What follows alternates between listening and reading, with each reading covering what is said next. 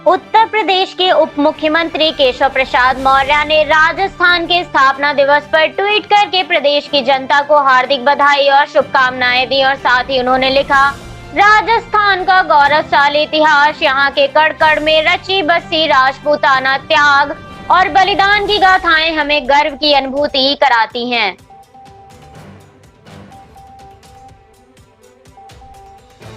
National conference के राष्ट्रीय अध्यक्ष फारूक अब्दुल्ला हुए कोरोना संक्रमित, जिसकी जानकारी उनके बेटे उमर अब्दुल्ला ने ट्वीट करके दी और बताया कि मेरे पिता की कोरोना रिपोर्ट पॉजिटिव आई है और उनमें संक्रमण के कुछ लक्षण भी दिखाई दे रहे हैं। साथ ही उन्होंने कहा कि जब तक हमारे पूरे परिवार का कोरोना टेस्ट नहीं हो जाता तब तक के लिए हम खुद को सेल्फ आइसोलेट कर रहे हैं।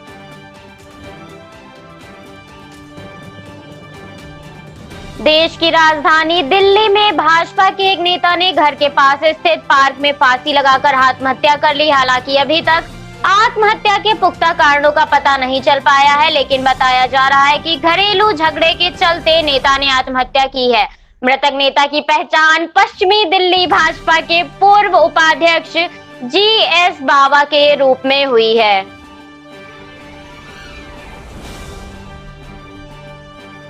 देश की राजधानी दिल्ली में होली के दौरान वाहनों पर हुड़दंग मचाने वालों पर दिल्ली पुलिस ने सख्ती बरतते हुए यातायात नियमों का उल्लंघन करने वालों के खिलाफ कड़ी कार्रवाई की है, जिसके तहत दिल्ली पुलिस ने होली के दिन कुल 3282 चालान काटे हैं।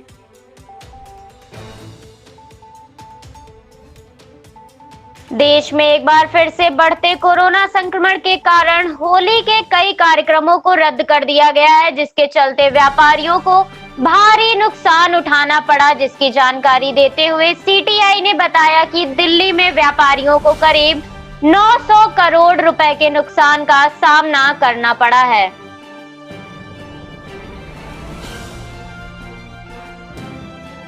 उत्तर प्रदेश के मुख्यमंत्री योगी आदित्यनाथ ने जम्मू कश्मीर में मुठभेड़ के बीच शहीद हुए बागपत निवासी सेना के हवलदार पिंकू कुमार को भावभीनी श्रद्धांजलि दी और साथ ही शहीद के परिजनों को 50 लाख रुपए की आर्थिक मदद, परिवार के एक सदस्य को सरकारी नौकरी और साथ ही जनपद की एक सड़क का नामकरण शहीद के नाम पर करने की घोषणा की है।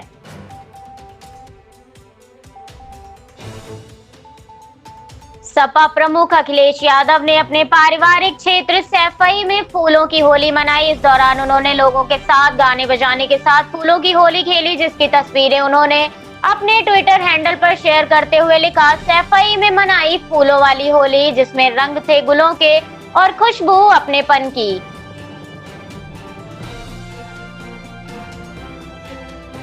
कश्मीर में उग्रवादियों और सैनिकों के बीच हुई मुठभेड़ में शहीद हुए बागपत निवासी सैनिक पिंकू दांगी की शहादत पर सपा प्रमुख अखिलेश यादव ने ट्वीट करके उन्हें श्रद्धांजलि दी और साथ ही शहीद सैनिक के अंतिम संस्कार के दौरान समाजवादी पार्टी के कार्यकर्ता भी शामिल हुए।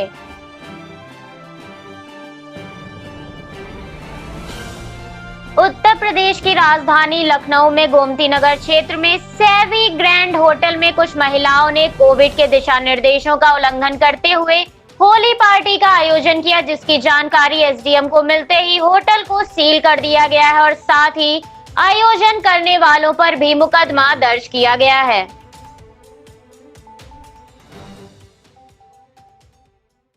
लखनऊ में रहने वाले वकील नितिन तिवारी को दो भाइयों ने अगवा करके हत्या कर दी। घटना की सूचना मिलते ही पुलिस ने शव को कब्जे में लेकर पोस्टमार्टम के लिए भेजा और महज 24 घंटे के भीतर आरोपियों को भी गिरफ्तार कर लिया है, जिसमें पूछताछ के दौरान आरोपियों ने बताया कि वकील की प्रताड़ना से तंग आ गए थे, इसलिए उसकी हत्या कर दी।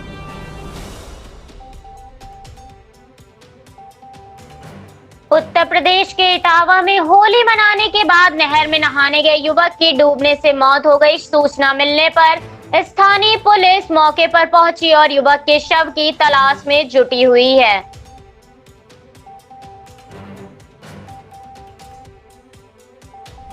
वाराणसी के चौबेपुर क्षेत्र में गुलाल लगाने को लेकर दो पक्षों में विवाद इतना बढ़ गया कि एक पक्ष ने दूसरे पक्ष पर हमला बोल दिया, जिसके चलते विवाद में राजू राजभर नाम के व्यक्ति की पीट पीट कर हत्या कर दी गई, तो वहीं इसमें 4 लोगों के घायल होने की भी सूचना मिली है। घटना की जानकारी लेने कैबिनेट मंत्री अनिल राजभर भी मौके पर पहुंचे।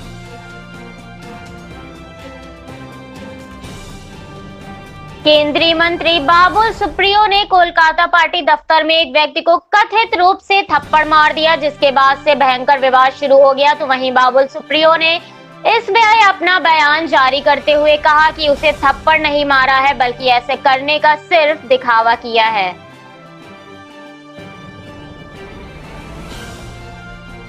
पंजाब में टीकाकरण की रफ्तार को तेजी देने के उद्देश्य से स्वास्थ्य मंत्री बलबीर सिंह सिद्धू ने विभागीय अधिकारियों को दिशा निर्देश देते हुए कहा कि सभी स्वास्थ्य केंद्रों में कोरोना का टीका लगाया जाए और साथ ही उन्होंने पंजाब के लोगों से भी कोरोना का टीका लगवाने की अपील की है।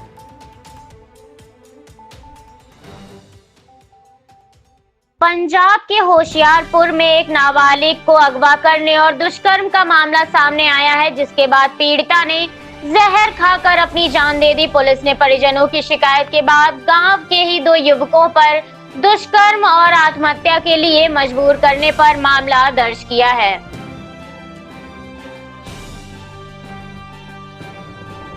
उत्तराखंड में भी कोरोना संक्रमण ने अपनी रफ्तार पकड़ ली है, जिसके चलते ऋषिकेश के ताज होटल में 76 लोग कोरोना पॉजिटिव पाए गए हैं, जिसके बाद प्रशासन ने होटल को 3 दिनों के लिए बंद कर दिया है।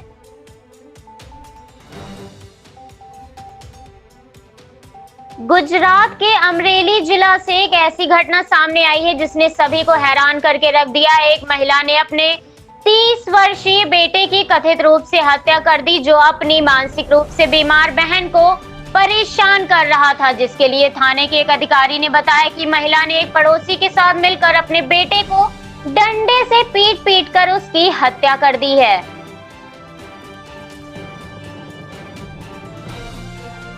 पश्चिम बंगाल में हो रहे 8 चरणों के विधानसभा चुनाव में लगातार सख्ती बढ़ती जा रही है, जिसके चलते ही मुख्य चुनाव अधिकारी संजय बसु ने बताया कि यहां अभी तक 248.9 करोड़ की नकदी और अन्य वस्तुएं जब्त की जा चुकी हैं, जिनमें 9.5 करोड़ रुपए की शराब और 114.44 करोड़ रुपए की कीमत के नशीले पदार्थ भी शामिल हैं।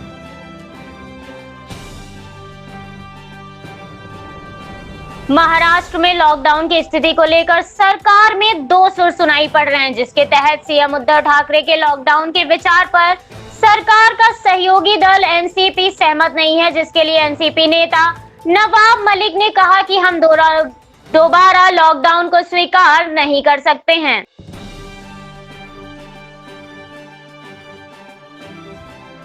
जम्मू कश्मीर के शोपियां में पुलिस को कुछ लोगों की गतिविधियां संदिग्ध लगी, जिसके बाद पुलिस ने 9 लोगों को शोपियां के जैनापुर इलाके में हिरासत में लिया है।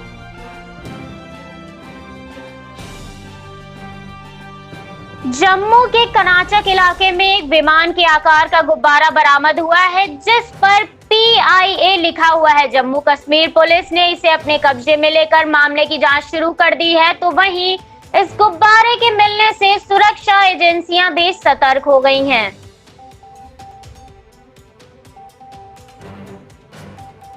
लद्दाख के लेह में देर रात करीब 1:06 पर भूकंप के झटके महसूस किए गए। रिक्टर स्केल पर भूकंप की तीव्रता 3.1 मापी गई है। हालांकि भूकंप से किसी भी प्रकार के नुकसान की सूचना नहीं आई है।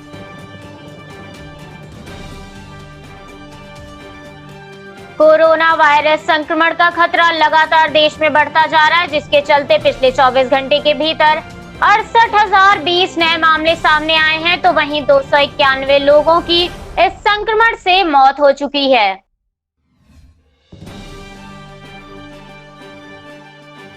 म्यांमार में चल रहे हिंसक झड़प के कारण म्यांमार की सीमा से सटे भारत के मणिपुर में भाजपा सरकार ने आदेश जारी करते हुए म्यांमार से आने वाले लोगों के प्रवेश पर प्रतिबंध लगा दिया है और कहा है कि शरणार्थियों को ना तो आश्रय दें और ना ही भोजन।